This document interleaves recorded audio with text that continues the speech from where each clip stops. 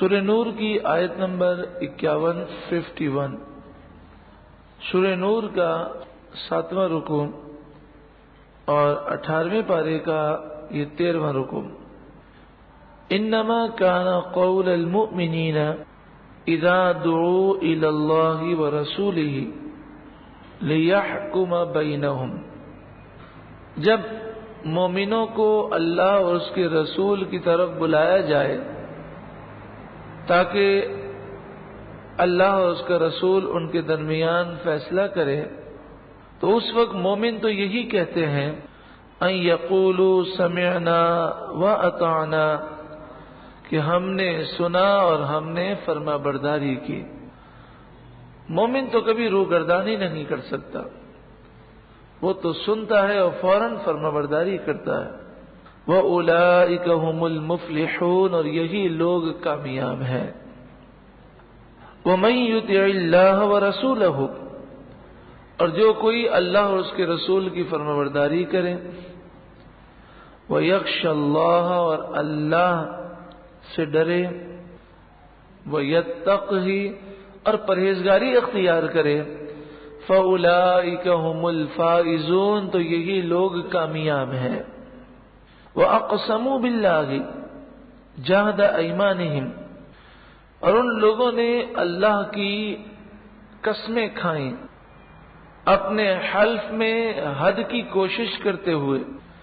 لَئِنْ أَمَرْتَهُمْ لَيَخْرُجُنَّ، اگر تم انہیں حکم دو گے تو وہ ضرور بضرور جہاد کے لیے نکلیں گے.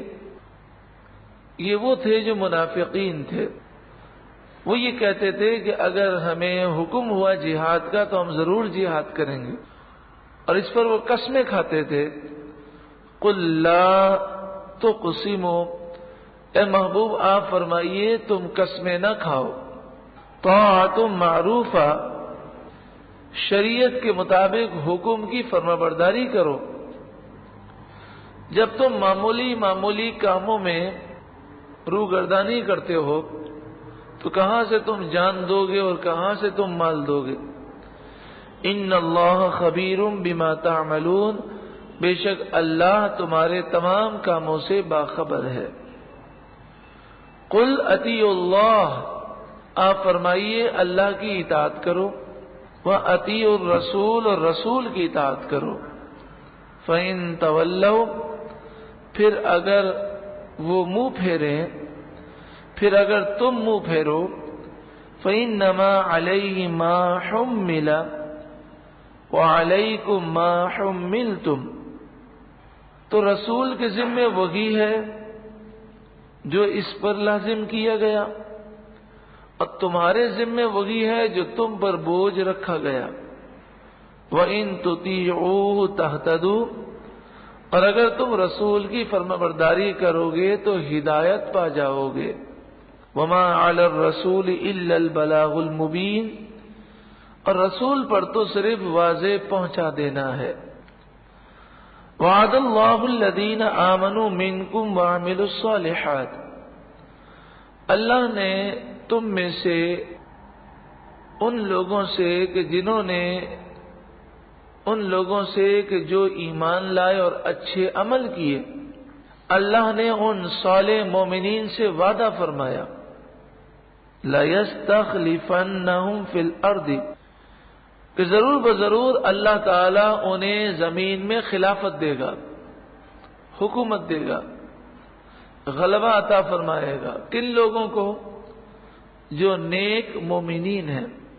كَمَا اسْتَخْلَفَ الَّذِينَ مِنْ قَبْلِهِمْ، جیسا کہ ان سے پہلے لوگوں کو اللہ نے خلافت عطا فرمائی. اس میں خلافت راشدہ کا بیان ہے کہ اللہ تبارک و تعالی نے مومنین کو خلافت راشدہ عطا فرمائی. خلفائے راشدین حضرت صدیق اکبر، حضرت عمر، حضرت عثمان، حضرت علی، حضرت امام حسن، کہ ان کی حکومت خلافت راشدہ ہے. اور اس کے بعد جتنے مومنین آئے اور جو صالح مومن تھے ان کی جتنی حکومتیں ہیں وہ بھی اس میں داخل ہیں. اس سے یہ بھی معلوم ہوا کہ اگر مسلمان اپنے آپ کو یہ سمجھتے ہیں کہ ہم کمزور ہیں، مغلوب ہیں، تو مسلمانوں کو چاہیے کہ وہ اپنے عقیدے اور ایمان کو مضبوط کریں اور اچھے اعمال اختیار کریں، اللہ تعالیٰ انہیں ضرور غلبہ عطا فرمائے گا۔ وَلَيُمَكِّنَنَّ لَهُمْ دِينَهُمُ الَّذِي ارْتَضَىٰ لَهُمْ، اور ضرور ان کے لیے جمع دے گا ان کا وہ دین جو ان کے لیے پسند فرمایا ہے۔ یعنی جب غلبہ ملے گا تو پھر دین پر چلنا آسان ہو جائے گا۔ وَلَيُبَدِّلَنَّهُمْ مِنْ بَعْدِ خَوْفِهِمْ أَمْنًا، اور اللہ تعالیٰ ضرور بضرور خوف کو دور کر کے امن عطا فرمائے گا۔ تو متقی اور پرہیزگار لوگ ہوں تو اللہ ان کے خوف کو دور فرما دے گا۔ یعبدوننی، وہ میری عبادت کریں گے، لا یشرکون بی شیئا، وہ میرے ساتھ کسی کو برابر نہیں ٹھہرائیں گے۔ ومن کفر بعد ذلک، اور اس کے بعد جو ناشکری کرے، یعنی نیکی کی برکت سے اللہ تعالی غلبہ دے۔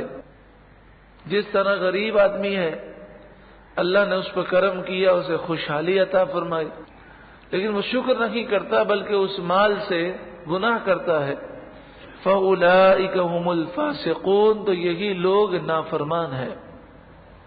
وَأَقِيمُوا الصَّلَاةَ، اور تم نماز قائم رکھو، وَآتُوا الزَّكَاةَ، اور زکوٰۃ ادا کرو، وَأَطِيعُوا الرَّسُولَ، اور رسول کی فرمانبرداری کرو، لَعَلَّكُمْ تُرْحَمُونَ، تاکہ تم پر رحم کیا جائے۔